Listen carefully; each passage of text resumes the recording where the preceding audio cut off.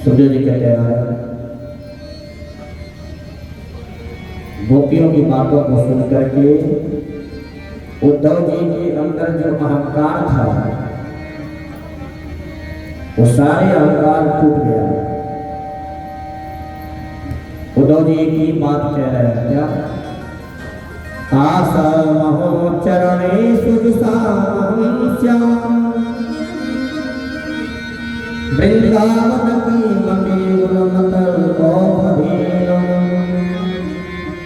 या पुष्पयजं स्वजनमानं पदं च हित्वा वेदमुकुन्दपदविंशतिभिर्विज्ञाम्। हाथ जोड़कर कहते हैं, हे प्रभु, अगर मैंने अपने जीवन में आपका थोड़ी भी भक्ति किया है तो मुझे इस वृंदावन में कम से कम कोई घास फूस और लता पता कुछ भी बना करके जन्म देना, पर वृंदावन में ही देना। क्यों वृंदावन में देना? क्योंकि धर्म है मैं इस ब्रज में आकर के गोपियों की बातें सुन करके मैं गदगद हो गया। धन्य हो गोपियां जो आज मेरे हृदय से हमेशा हमेशा की अहंकार को तोड़ दे, खत्म कर दे। उद्धव जी कहते हैं कि प्रभु, और अगर हो सके तो मैं इन गोपियों का दास बन जाऊं, ये मेरे ऊपर कृपा करना। मुझे जब भी कभी जीवन में जन्म हो मेरा, तो मैं इस ब्रज का एक धूल बन करके भी जन्म लूं तो मेरे लिए बहुत है। प्रेम से मुझे राधे राधे। वास्तव में अगर आप वृंदावन जाते हैं और कभी हृदय से सच में वृंदावन की यात्रा करने अगर आप जाते हैं तो धर्म की दृष्टि से, ज्ञान की दृष्टि से, भक्ति की दृष्टि से आप वृंदावन की एक एक कण को देखिए ध्यान से। मानो ऐसा लगेगा जैसे उन सब चीजों में राधे राधे सुनाई दे रहा है। पर अगर आप पिकनिक मनाने के लिए कहीं तीर्थ में जाते हैं तो उस तीर्थ की महिमा, उस वृंदावन की महिमा आपकी समझ से परे है, वो नहीं दिखेगा। कण कण में राधे राधे कृष्ण कृष्ण शब्द निकलते हैं महाराज, कभी अनुभव करके तो देखिए। और धन्य है वो व्यक्ति जो वृंदावन में, जो ब्रज में, जो गोकुल में, जो मथुरा में जिनका जन्म हुआ, जिन्हें जन्म लेने का अवसर मिला, उनके तो भाग्य ही पूरे हो गए।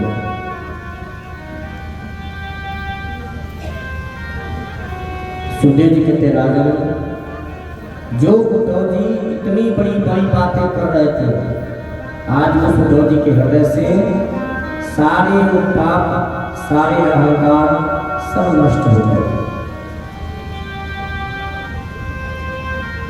उद्धव जी महाराज उन गोपियों के, किशोरी जी के चरणों के धूल को लेकर के अपने मस्तक पर धारण किए। मन में विचार कर रहे हैं, मैं तो ऐसा पापी हूं कि गोपियों के धूल को भी मस्तक पर लेने के लायक नहीं है। गोपियों को प्रणाम किया। वंदे नंद व्रजैस्त्रणं पावनोऽभिक्षणसः यासां हरि कथोदितं पुनाति भुवनत्रयम्। उद्धव जी ने वहां से दौड़ लगाई, बोले ब्रज से मथुरा की दूरी बहुत ज्यादा नहीं है।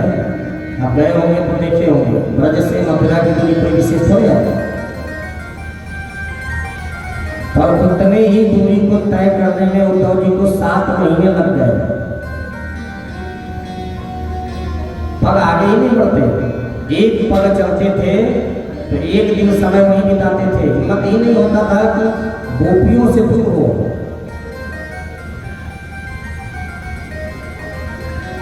सात महीने बाद जब उद्धव जी मथुरा में पहुंचे तो भगवान श्री कृष्ण ने कहा, उद्धव जी की चाल ही बदल गई। उद्धव सुधव है चलो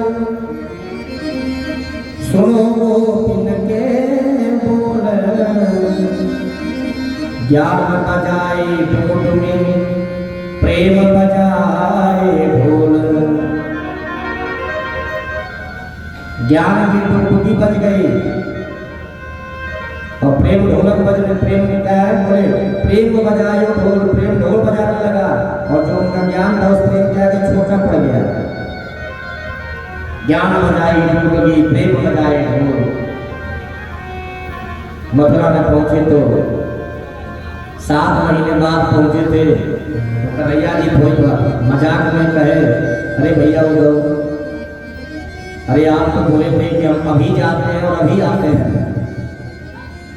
और ये 7 महीने बाद लौट कर क्या इतना प्रेम लग गया। क्या हुआ मेरी गोपियों को आपने कुछ समझाया? किशोरी जी का दर्शन हुआ। उद्धव जी की आंखों में आंसू आ गए। उद्धव जी ने कहा केशव तुमने आज मेरी आंखों की पट्टी खींच दी, मेरे अहंकार तोड़ दी, मैं आपको पहचान नहीं पाया, मुझे क्षमा करिए। सुखदेव जी कहते कि राजन आज वही अहंकार भगवान श्री कृष्ण की जितनी पत्नियां हैं उनके अंदर है और उनके अहंकार को तोड़ने के लिए ही भगवान श्री कृष्ण ने अपनी सभी पत्नियों को गोपियों के पास भेजा। रुक्मिणी जी सभी को लेकर के जो उसमें प्रमुख भगवान की पत्नी है वो सबको लेकर के रुक्मिणी जी ब्रज में गए। महाराज भेंट स्वरूप गर्म दूध लेकर के गए, भेंट स्वरूप दूध लेकर के पहुंचे। कई दरवाजों से होकर के किशोरी जी के पास जाना होता था तो पहले दरवाजे पर जब भगवान की पत्नी यहाँ पहुंची तो उन्हें भ्रम हो गया। यही जो दासी है उन्हें लगा कि यही तो किशोरी जी है। सुखदेव जी कहते राजन किशोरी जी तो कई दरवाजों के भीतर बैठी पड़ी है, उनको तो कई दरवाजे पार करने के बाद दर्शन होगा। और भगवान श्री कृष्ण की पत्नियां तो उनकी दासियों को देख के ही मोहित हो गई। कितनी सुंदर उनकी दासियां हैं इसकी किशोरी जी की। और कई दरवाजों से होकर जब निकली पूछी भैया आप ही किशोरी जी हैं? दासियों ने कहा राजा हम तो किशोरी जी के धूल भी नहीं है, किशोरी जी के पैरों के जो धूल होते हैं वो भी हम नहीं है, किशोरी जी तो भीतर है। आगे बढ़े दूसरे दरवाजे पर गए, पूछी आप किशोरी जी हैं? हम आपके चरणों में प्रणाम करते हैं। दासियां कह रही राजा ये आप लोग किसको प्रणाम करें, हम तो उनकी दासी हैं। तो भगवान की जो पत्नियां थी जैसे सत्यभामा इत्यादि उनको जो अपने रूप का घमंड था वो किशोरी जी की दासियों को देखते ही चूर चूर हो गया। जो अपने को समझती थी कि हमसे बड़ी सुंदर कोई है ही नहीं, वो तो किशोरी जी के दासियों को देखते ही उनके घमंड चूर चूर हो गया। और जब कई दरवाजे को पार करते हुए दासियों के साथ किशोरी जी के पास गई तो किशोरी जी महाराज गंभीर मुद्रा में बैठे हुए हैं। किशोरी जी का दर्शन करके तो महाराज भगवान श्री कृष्ण की पत्नियां देखती ही रह गए। जाके उनको प्रणाम किए। किशोरी जी ने जब सुना द्वारिकाधीश की ये पत्नियां हैं, किशोरी जी बहुत भगवत सेवा सत्कार शक्ति की। बहुत देर तक भगवत चर्चा हुआ पर एक बार भी किशोरी जी ने अपने हृदय के दुख को प्रकट नहीं किया। अंत में इतनी बड़ी बड़ी बातें किशोरी जी ने कहा कि जो पत्नियां भगवान श्री कृष्ण की गई थी भेंट करने, सबके अंदर से रूप का, यौवन का, सुंदरता का, ज्ञान का, सबका जो अहंकार बना हुआ था सब खत्म हो गया। रुक्मिणी जी ने किशोरी जी को जो गर्म दूध लेकर गई थी वो भेंट की। भगवान श्री कृष्ण ने आपके लिए भिजवाया है। यह सोचते ही किशोरी जी घटाकर उस दूध को गर्म दूध को ही पी गई। और जब रुक्मिणी आदि नारियां स्त्रियां माताएं मिल करके द्वारिका में पहुंची तो क्या देखी, भगवान के मुख में छाले पड़े हुए हैं, भगवान के हाथों पैरों में छाले पड़े हैं। रुक्मिणी जी ने पूछा स्वामी आप कहीं द्वारिका से बाहर गए थे क्या, ये छाले क्यों पड़े हैं? भगवान हंसने लगे, कहे यही तो प्रेम है कि प्रेमी को कष्ट हो तो प्रेमिका तुरंत समझ जाए, और प्रेमिका को कष्ट हो तो प्रेमी समझ जाए। पत्नी के अंदर तकलीफ है तो पति समझ जाए, पति के अंदर तकलीफ है तो पत्नी समझ जाए। पुत्र के अंदर कष्ट है हृदय में तो माँ समझ जाती है। जिस प्रकार से, उसी प्रकार से पति पत्नी का प्रेम होता है, प्रेमी प्रेमिका का प्रेम होता है। तो किशोरी जी से भगवान कितना प्रेम करते थे कि किशोरी जी ने गर्म दूध पिया पर छाले भगवान पर पड़ गए। कितनी बड़ी बात है। इसलिए मेरे प्रभु बड़ी दयालु है महाराज। सुखदेव जी कहते हैं, राजन भगवान श्री कृष्ण अपने परिवार में रह करके बहुत सारी लीलाएं करते हैं। एक बार भगवान सभी अपने पुत्र परिवार को बुलाए, कहे देखो बेटा, जीवन में कुछ भी करना परंतु भूल करके भी ब्राह्मणों का, संतों का, महात्माओं का अपमान मत करना। क्यों मत करना? तो भगवान श्री कृष्ण ने एक नृग राजा की कथा सुनाई। आप सुने होंगे नृग राजा की कथा। बोले वो राजा ऐसा था जो प्रतिदिन लाखों गाय दान करता था। ध्यान से सुनिएगा सभी माताएं, लाखों गाय दान करता था ब्राह्मणों को। ऐसा राजा था।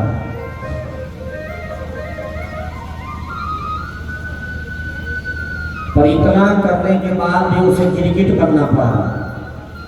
अब आप सोचिए, इतना धर्मात्मा पुण्यात्मा कोई व्यक्ति हो और फिर भी उसे गिरगिट बनना पड़े। आखिर ऐसा क्या किया राजा ने कि गिरगिट बना? सुखदेव जी कहते हैं, राजन भगवान श्री कृष्ण अपने बच्चों से कहते, बेटा बच्चों को लेकर के, अच्छा दिखाने के लिए जा रहे थे भगवान लेकर बच्चों को जा रहे थे रास्ते में, दिखाने के लिए, कि समझाने के लिए कि ब्राह्मणों से लगना नहीं है। तो वही कुएं में जो नृग राजा का गिरगिट बन के पड़ा हुआ, भगवान को प्रणाम किया। भगवान ने पूछा तुम कौन हो? तो अपना परिचय दिया, मैं नृग राजा हूं। तो तुम गिरगिट क्यों बन गए? तो बताया, महाराज मैं नृग राजा था, बहुत दान करता था, रोज लाखों गैया दान करता था। और एक बार क्या हुआ कि एक पंडित जी, मैं गौ दान कर रहा था, एक पंडित जी की गाय थी। वो गाय, मैं जो गाय दान कर रहा था उसी के बीच आकर के मिल गए। अब वो सब लाखों गाय, भाई कोई किसी की गाय आकर मिल जाए तो क्या पता चलेगा। और मैंने उस पंडित जी की गाय को भी ब्राह्मण को दान कर दिया। और पंडित जी अपनी गाय खोजते हुए आ गए। पंडित जी महाराज अपनी गाय को पहचान लिए। पंडित जी वहां लड़ने लगे, झगड़ने लगे, अरे राजा तुमने मेरी गाय कैसे दान कर दिया? मेरी गाय है।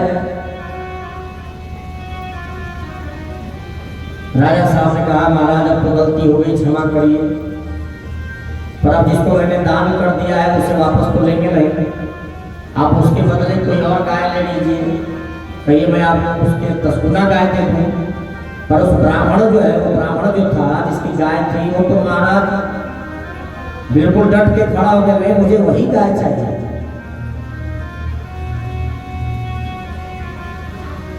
नृग राजा कह रहे हैं, अब तो मैं फंस गया। मैंने पंडित जी जिनको दान किया था उनसे मैंने कहा कि महाराज आप गाय को दे दीजिए और मैं आपको और दूसरी कोई गाय दे देता हूँ। पर वो पंडित जी भी और खड़े हो गए, नहीं मुझे जो गाय आपने दान किया मैं इनको नहीं दूंगा। अब दोनों ब्राह्मणों के बीच में फंस गए। अंत में जिस ब्राह्मण की गाय थी उस ब्राह्मण ने मुझे श्राप दे दिया और उसके कारण मुझे यहाँ गिरगिट का जन्म मिला। तो महाराज तब से तो मैं ब्राह्मणों से बड़ा बच के रहता हूँ, पर आज मेरे ऊपर आपने कृपा किया, मेरे पाप सारे नष्ट हो गए।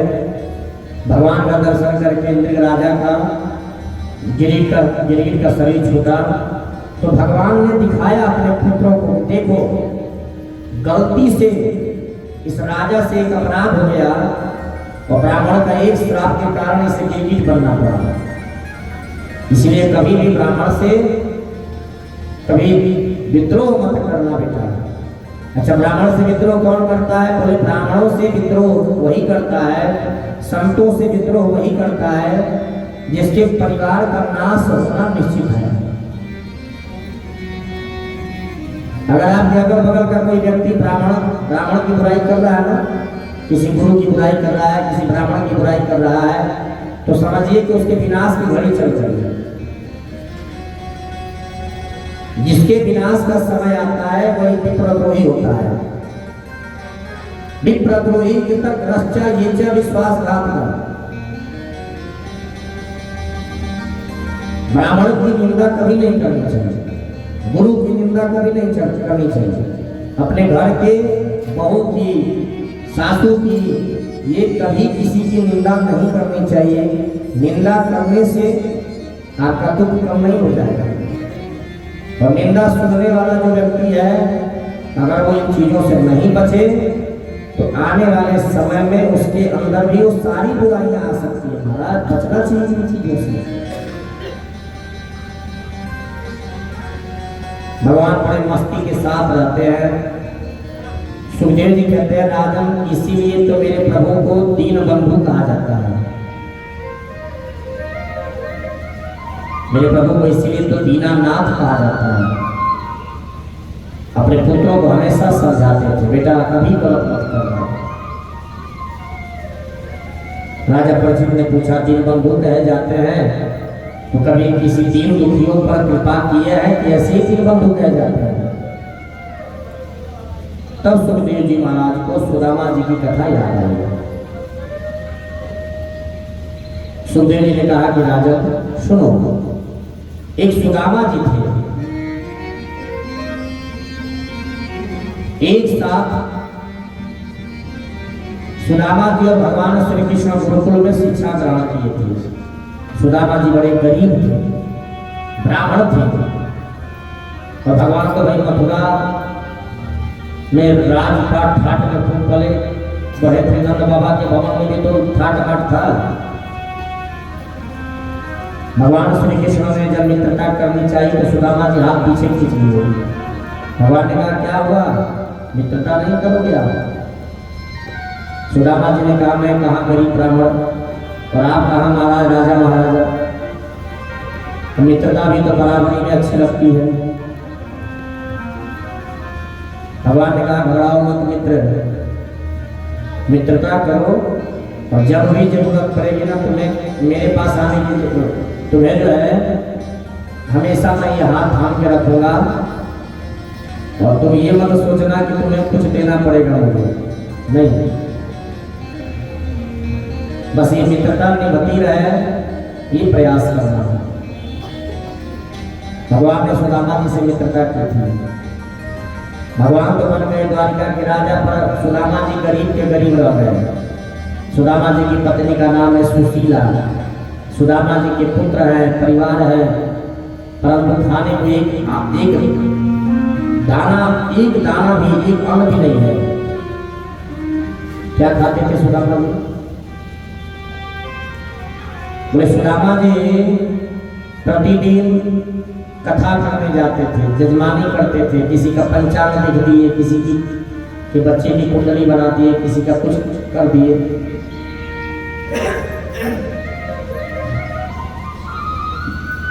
और उससे जो धन इकट्ठा होता था, चाहे एक पाव कोई अन्नदान कर दे, चाहे 2 पाव कर दे, चाहे छठा घर कर दे, उसी को बना करके, उसी को भगवान को भोग लगा करके सुदामा जी और उनकी पत्नी परिवार खाते थे। उतने में ही प्रसन्न रहते थे महाराज। आज करवा चौथ है, आप लोग ये कथा सुन रहे हैं, आप लोगों का भाग्य का उदय ही हो रहा है, समझ लीजिए। क्योंकि आज के दिन भगवान की कथा सुनने का बहुत बड़ा फल मिलता है।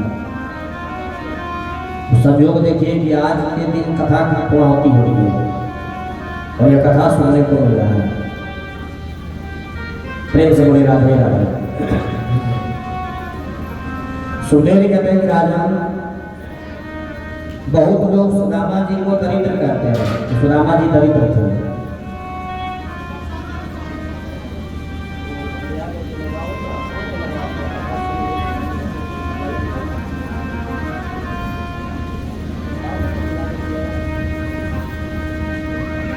बहुत लोग कहते हैं कि सुदामा जी दरिद्र थे।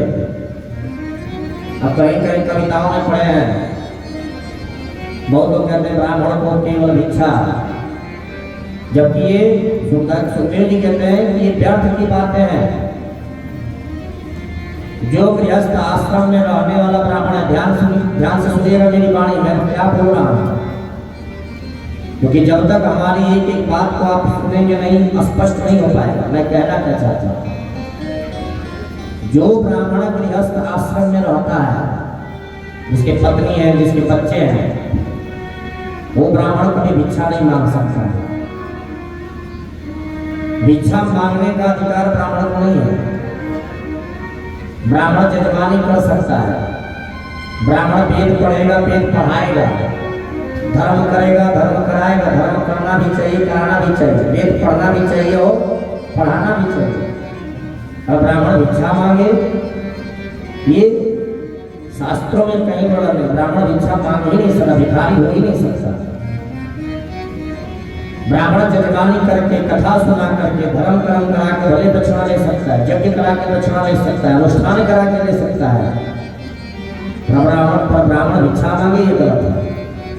आप कहीं देखे होंगे मकर संक्रांति वगैरह पर आपके पुरोहित, आपके ब्राह्मण आपके घर जाकर के खिचड़ी लेते हैं, वो भिक्षा नहीं है। अरे राम राम, कभी कहिएगा कि मैं भिक्षा दे रही हूँ। वो आप अन्न वगैरह जो छूते हैं ना, उसको दान करते हैं। दान करने में, भिक्षा देने में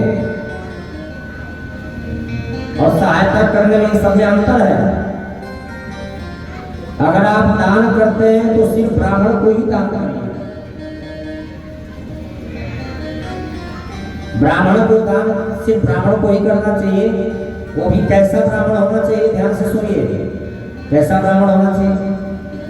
सुखदेव जी कहते हैं राजन, ब्राह्मण ऐसा होना चाहिए जो नशा न करता हो, दारू न पीता हो, जुआ न खेलता हो, गांजा न पीता हो, भांग न पीता हो, मांस का सेवन न करता हो।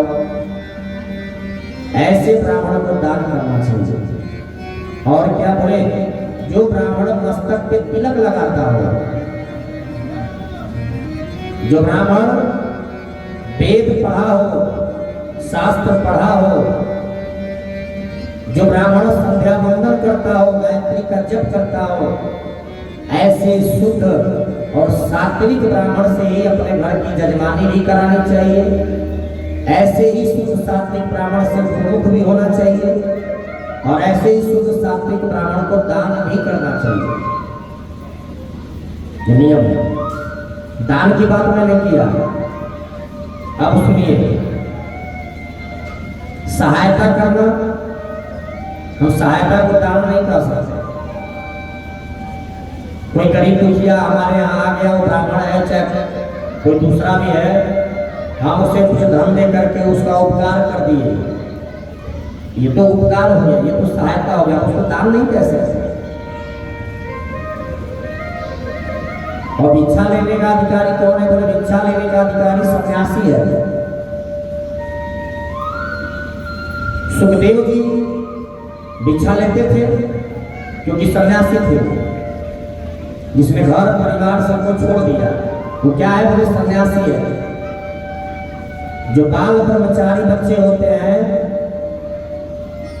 गुरुकुल में जो पढ़ने जाते थे, वो भी जो है भिक्षा लेकर के ही अपने दिन दशा को चलाते थे, जब तक ब्रह्मचर्य आश्रम में रहते थे। गृहस्थ आश्रम में रहने वाला ब्राह्मण भिक्षा नहीं लेता है, जो उसको अधिकार नहीं है। और अगर आप यहाँ अगर कोई कहे कि पंडित जी आपको भिक्षा दीजिए, तो समझिए वो पंडित नहीं हो सकता। प्रेम से बोलिए राधे राधे। तो सुदामा जी को लोग भिक्षमंगा क्यों कहते हैं? सुखदेव जी कहते हैं राजनीति मूर्खता है। सुदामा जी को लोग दरिद्र कहते हैं। दरिद्र नहीं थे सुदामा, फिर क्या थे? बोले सुदामा जी जैसा संतोषी कोई था ही नहीं। दरिद्र की परिभाषा समझिए, दरिद्र किसे कहते हैं। एक व्यक्ति था, हमारा ध्यान से सुनिएगा, इतने लोग बैठे हैं, मैं दरिद्र की परिभाषा बता रहा हूं। दरिद्र कौन था, कौन होता है। एक महात्मा जी थे, तो 4-5 चेला चपाटी के साथ वो कई आश्रम में जा रहे थे। इधर ध्यान से देखें आप लोग, तो रास्ते में एक चवन्नी मिला महात्मा जी को। महात्मा जी उस चवन्नी को उठा लिए। चेला ने पूछा, महाराज यह चवन्नी क्या करेंगे। महात्मा जी ने कहा, मैं इसको एक दरिद्र को दूंगा। अच्छा, दरिद्र को देंगे, ठीक है। महात्मा जी जब निकले तो रास्ते में पता नहीं कितने गरीब मुखिया मिले, पर किसी को महात्मा जी ने वो चवन्नी नहीं दिया।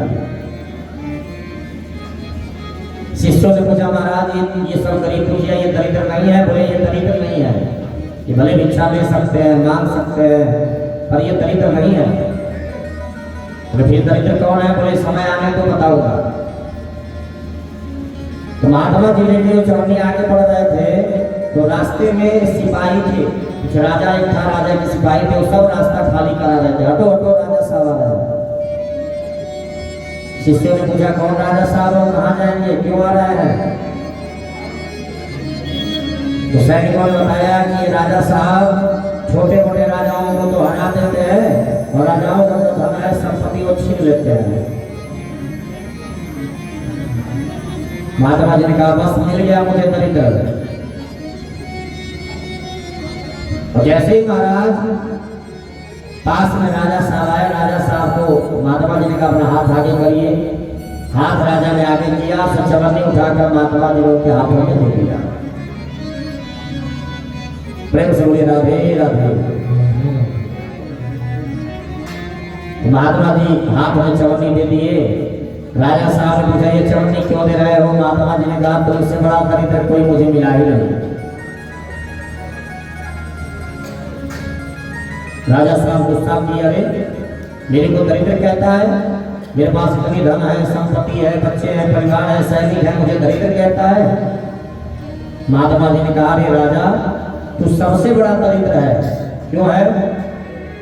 महात्मा जी ने कहा, इसलिए है कि तेरे पास भगवान ने धन दिया, संपत्ति दिया, ऐश्वर्य दिया, बाल बच्चे दिए, तेरे सैनिक दिए, दास दिए, दासी दिए, सब तेरे पास है, फिर भी तुझे संतोष नहीं है। जीवन में आपके पास कितनों धन आ जाए, पर संतोष अगर नहीं है तो आप सबसे बड़ा दरिद्र है। इसलिए सबसे बड़ा दरिद्र तू ही है। इसीलिए तो तू दूसरे का लूटने जा रहा है, लूट खसोट मचा रहा है। महाराज राजा साहब की बुद्धि खुल गई, तुरंत चरणों में आके राजा भगवान महात्मा जी को प्रणाम किया, हे महाराज आपने तो मेरी बुद्धि ही खोल दी। तो संत जब मिल जाते हैं महाराज, तो संतों की कृपा से व्यक्ति का जीवन बदल जाता है। प्रेम से बोलिए, राधे राधे। सुदेली कहते, राजा मेरे प्रभु दीनानाथ दीनबंधु ऐसे ही थोड़े कहे जाते हैं, उन्होंने ऐसी कृपा की है। बोले, क्या कृपा की है। बोले, सुदामा जी के ऊपर कृपा की है। देखो कैसे। सुदामा जी की पत्नी है सुशीला, बच्चे हैं, पर सुदामा जी कभी भीख नहीं मांगते थे, संतोषी ब्राह्मण थे, जो कथा बता करके लाते थे, उसे जीविका चलाते थे। एक बार कोई साधु महात्मा जी सुशीला के घर, सुदामा जी के घर आया। सुदामा जी उस समय नहीं थे, तो आकर के उस महात्मा जी ने कहा, सुशीला तुम्हारे पति का नाम सुदामा है ना। सुशीला ने कहा, बोले, अरे तुम्हारे पति के तो मित्र हैं द्वारिकाधीश, द्वारिकाधीश में राजा है। तो एक बार उनको क्यों नहीं भेजती अपने मित्र के पास। द्वारिकाधीश ने तो कितनों का कल्याण कर दिया, हो सके थोड़ा धन तुमको भी दे दे, तुम्हारा भी दुख दूर हो जाए। सुदामा जी के अंदर कोई दरिद्रता नहीं है, पर जो उनकी पत्नी सुशीला है उनके अंदर दरिद्रता है, तो उनको संतोष नहीं है। सुदामा जी जब आए तो सुशीला पैर दबाने लगी, बड़े प्रेम से पैर दबा रहे हैं। तो माताएं जब बड़े अच्छे से पैर दबाए कहीं पति देव करना तो समझिए कि मायके जाने की बात करी होगी ना जी। कल जो है माता, कल जो है कि भाई माता जी लोग आप लोग बुरा मत मानिएगा, थोड़ा हंसाने के लिए हम बोल देते हैं।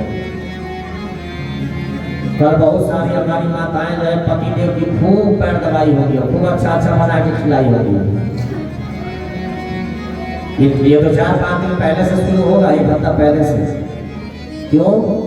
क्योंकि आज करवा चौथ है, तो महंगा महंगा साड़ी खरीदना है, कोई किसी को गहना चाहिए, किसी को साड़ी चाहिए। अब 1 हफ्ता से बना बना के बड़ा बढ़िया बढ़िया भोजन करा रही होंगे अपने पति देव को, खुश हो जाए।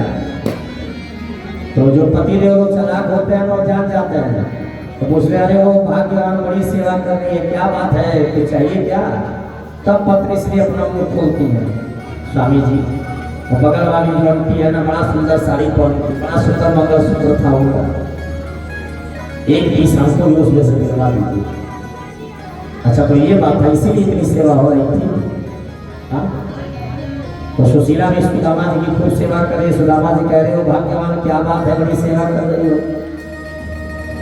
सुशीला ने कहा स्वामी मैंने सुना है कि द्वारिका के राजा जो कृष्ण हैं वो आपके मित्र हैं। बोले तुमको किसने बताया? सुशीला ने कहा वो मेरे दरवाजे पर एक महात्मा जी आए थे, उन्होंने ही बताया। तो सुशीला से सुदामा जी ने कहा हाँ है। तो सुशीला ने कहा कि स्वामी आप कभी अपने मित्र से मिलने क्यों नहीं जाते? सबके मित्र मिलने आते हैं, आपको भी जाना चाहिए। भाई वो द्वारिकाधीश हैं, बहुत सारे लोगों को काम होते हैं, पता नहीं वो आएंगे कि नहीं आए, पर आप ही चले जाओगे। सुदामा जी समझ गए ये कहना क्या चाहती है, पर खुल के कह रहे हैं। सुदामा जी ने कहा अच्छी बात है। तो सुबह चलने की बारी आई, सुदामा जी चले द्वारिका नगरी की तरफ। लेकिन सुशीला ने सोचा ये तो इतने संतोषी हैं ये जाकर के मुख भी नहीं खोलेंगे कि मेरी क्या दशा है। तो 4 घर से मुट्ठी मुट्ठी भर 4 रंग का चावल लाई, किसी का मोटा दाना, किसी का पतला दाना, बांधने के लिए एक पोटली तक, कपड़े तक नहीं है। तो अपने साड़ी में से ही फाड़ करके उसी में सुशीला ने वो 4 तरह का चावल 4 मुट्ठी डाल दिया, बांध दिया, सुदामा जी को दे दी। ले जा करके दे दीजिएगा और कहिएगा कि उनकी भाभी जी ने दिया है। प्रेम से राधे राधे।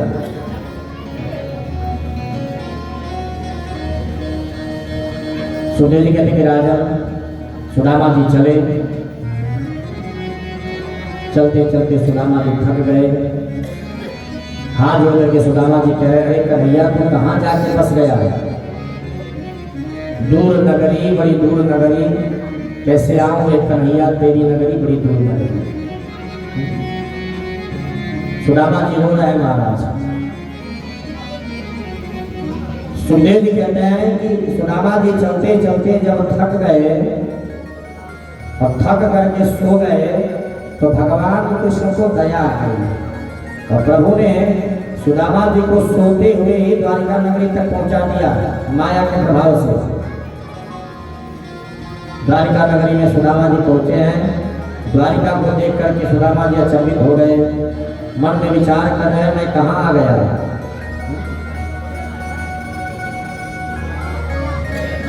श्री कृष्ण गोविंद हरे मुरारी, हे नाथ नारायण वासुदेव। श्री कृष्ण गोविंद हरे मुरारी, हे नाथ नारायण वासुदेव। बड़ा ही सुंदर यहाँ एक भजन है। सुदामा जी पहुँचे महाराज, और जब वहाँ पहुँचे हैं तो नगरवासी सुदामा जी को देख करके हंस रहे हैं। द्वारपालों के पास सुदामा जी गए हैं, द्वारपालों से कहे हैं कि द्वारपाल जा करके हमारे कृष्ण से कह दो कि उनका मित्र मिलने आया है। द्वारपाल भी अचंभित हैं, मन में विचार कर रहे हैं लेकिन सोच रहे हैं कि भगवान कृष्ण तो इतने दयालु हैं कि ऐसे गरीब दुखिया अनाथ ही भगवान के भक्त होते हैं, तो हो सकता है कि भी कोई मित्र हो। भूख लगती है, प्यास लगती है, जिंदगी अब उदास लगती है, कैसे आऊं मैं द्वारिका तेरी, आस भी अब निराश लगती है। सुदामा जी बोलते हुए महाराज देखिए बड़ा ही अद्भुत सुदामा जी का दर्शन कर बोले सुदामा जी महाराज जी, सुदामा जी महाराज जी। सुदामा जी चले हैं, सुदामा जी का दर्शन करिए। क्या सजा मिली है मुझको, क्या सजा मिली है मुझको, तेरी दोस्ती के पीछे दर दर भटक रहा हूँ, तेरी दोस्ती के पीछे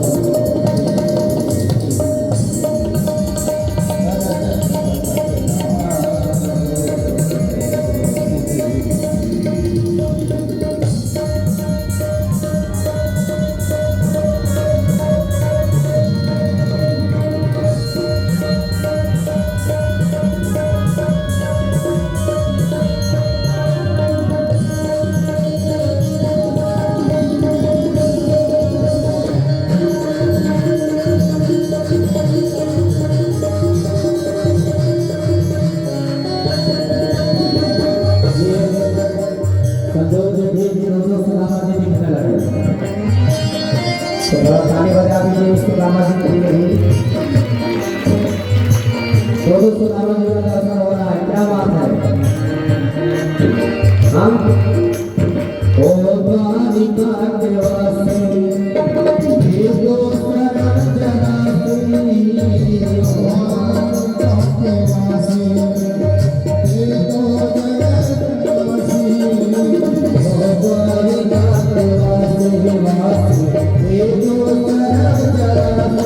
you.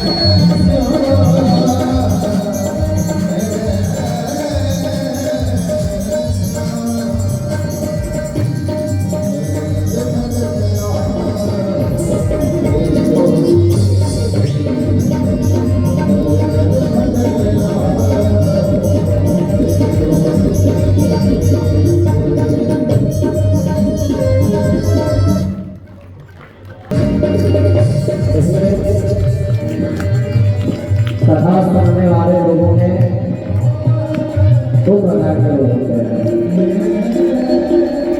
यही अगर कोई कथा को हृदय की गहराई में सुनता ना तो वो देता जो आप लोग हंस रहे हैं ना, आप लोगों को इस कथा का अर्थ नहीं समझ में आ रहा है और सतुक हो रहा है। ये दृश्य देख करके सुखदेव जी रो पड़े थे जो आप लोग हंस रहे हैं ना। जब गहराई से इस चीज को देखेंगे कि सुदामा जी की दीन दशा क्या है, उस गहराई से जब आप देखेंगे तो आपको इस समय इस दृश्य को देखकर रोना चाहिए, धन्य है मेरे प्रभु। लेकिन नहीं, आप लोग हृदय से कथा की गहराई को नहीं समझ पा रहे हैं। ये आप लोगों की नादानी है।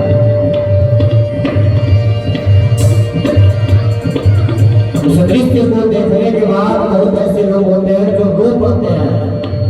एक बार हम लोग प्रदान कर रहे थे अपने गांव उसी कोठिया में, तो सुदामा जी बने तो मैनेजर थे चाय पीते, उनके बेटा बंधु कृष्ण और रुक्मिणी बन करके बैठे थे। और जैसे ही दोनों बेटा बहू ने देखा कि पिता श्री सुदामा जी बन के आए, फपक की बहू में पड़ी। सुखदेव जी की तरह दृष्टि बनाइए अपनी, इस संसार के एक जीवात्मा की तरह, पशु की तरह व्यवहार नहीं बनाना है। वो दृष्टि देखिए कि जब सुदामा जी पहुंचे उनकी दीन दशा क्या है और भगवान कैसे उससे मिले हैं, वो दीनानाथ कह जाते हैं, दीनबंधु कह जाते हैं, उस दृष्टि से देखिए। और नहीं 6 दिन की कथा आप लोग सुनिए, लेकिन फिर भी ज्ञान बुद्धि नहीं आया, क्षमा करिएगा मैं अगर मैं गलत कह रहा हूँ। पहले भी कहानियों से समझिए इस दृश्य को। बचपन का याद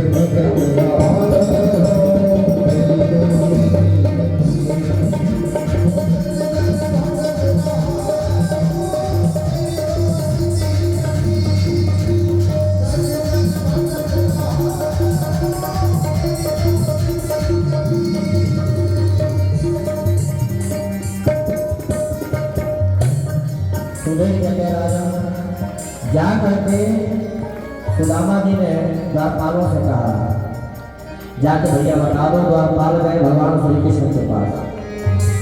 कृष्ण से जा करके द्वारपाल कहते हैं, शीत पगान झगापन प्रभु जान को आई बसो तेरी राम। दो फटी सिलती तुपटी अरुणायो सकती नहीं सामन। द्वार पढ़ो विजगुर गलेकन रयो चकिसो वसुधा।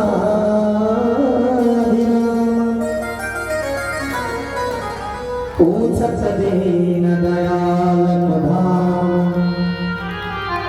बतावत सुदान। जैसे ही भगवान श्री कृष्ण ने सुना सुदामा आए हैं, महाराज अपने सिंहासन से कूद पड़े भगवान, दौड़ते हुए ब्राह्मणों को हटा करके नंगे पांव भगवान दौड़ते हुए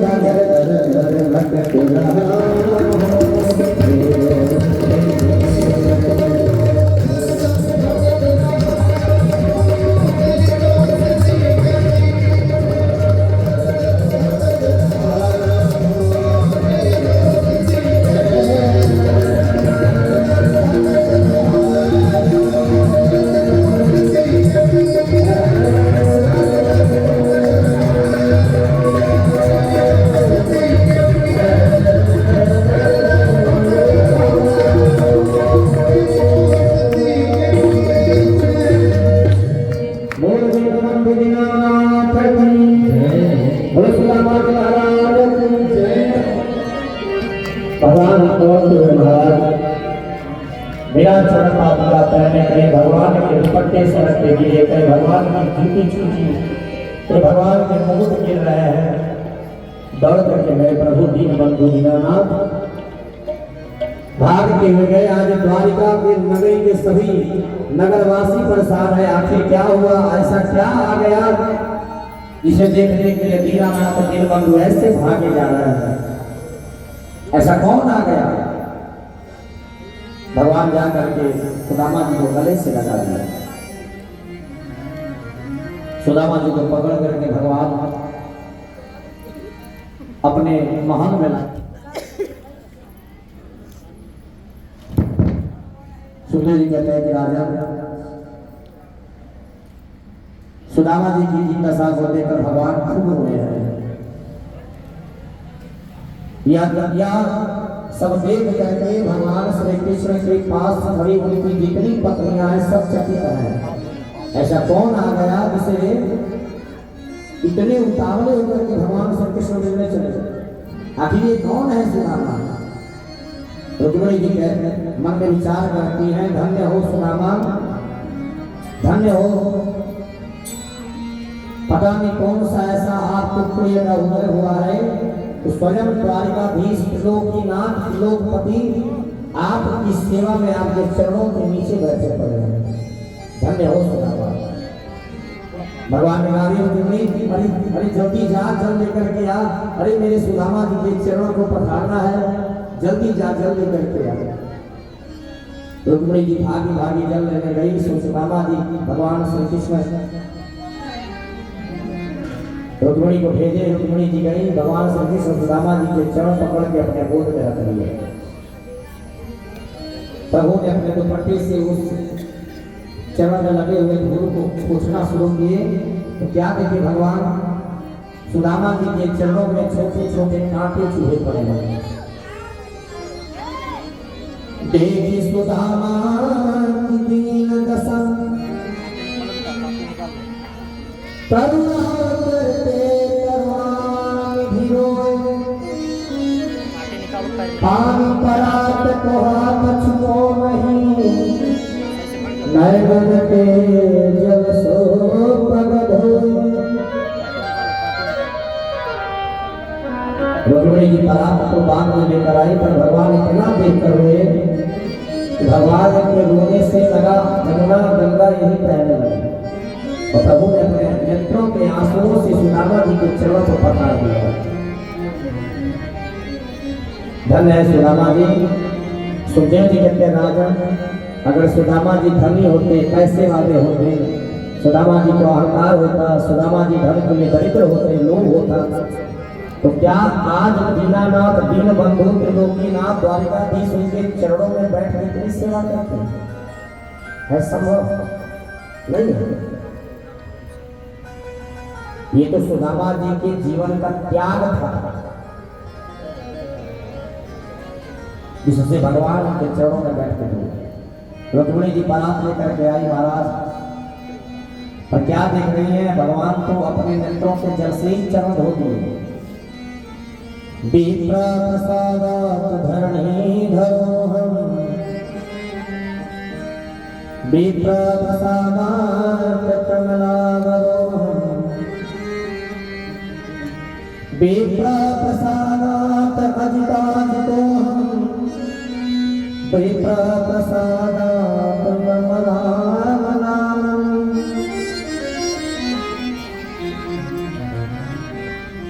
कहते हैं रुक्मिणी जानती हो, अरे ये जल ले जाकर के मेरे पूरे द्वारिका नगरी में छिड़काव करो, क्योंकि आज स्वयं सुदामा जी सुदामा जी के चरणों का जल गंगा जल से कम नहीं है, गंगा जल की तरह पवित्र है। अरे ऐसा कोई ब्राह्मण मेरे महल में आया है जिसके चरण पड़ने से मेरा द्वारिका नगरी धन्य हो गया है। अरे ब्राह्मणों का ही तो आशीर्वाद है कि मैंने इतने विशाल धरती को अपने फन पे धारण किया है। तो ब्राह्मणों का आशीर्वाद ही तो है जो मुझे तुम प्राप्त हुई हो, मुझे लक्ष्मी प्राप्त है, रुक्मिणी प्राप्त है।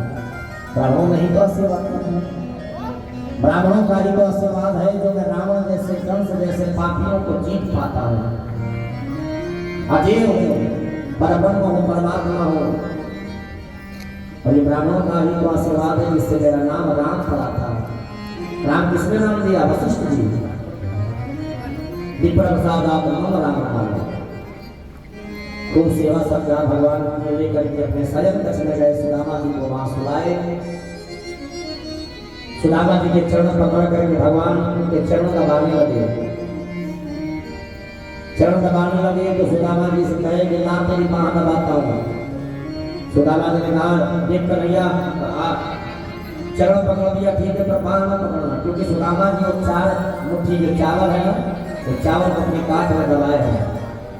सुदामा जी ने द्वारिकाधीश की नगरी को देखा, उनके ठाट बाट को देखा, तो सुदामा जी बड़े संकोच में पड़े कि ये 4 मुट्ठी चावल का दाना मैं दूंगा तो मेरे मित्र की निंदा होगी, इस कितनी पत्नियां हैं, ये मोटी जवाहरात से बड़ी पत्नी, क्या सोचेंगे?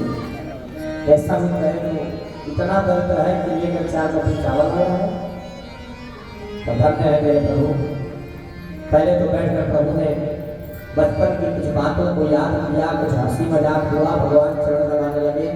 चरण दबाते दबाते जब भगवान हाथ पकड़ने को किए, सुदामा जी ने कहा देख कन्हैया चरण तो पकड़ा कोई बात नहीं, पर हाथ मत पकड़ना। भगवान ने कहा क्यों? बोला हाथ में बहुत दर्द है, चलिए हाथ मत पकड़ो। कन्हैया ने कहा अब तक तेरे चरण में क्यों दबा रहा था जब तेरे हाथ में दर्द थे? भगवान ने उनके हाथ पकड़ के खींचा और जैसे खींचा तो 4 मुट्ठी का जो चावल था पोटली का भगवान के हाथ में आ गया।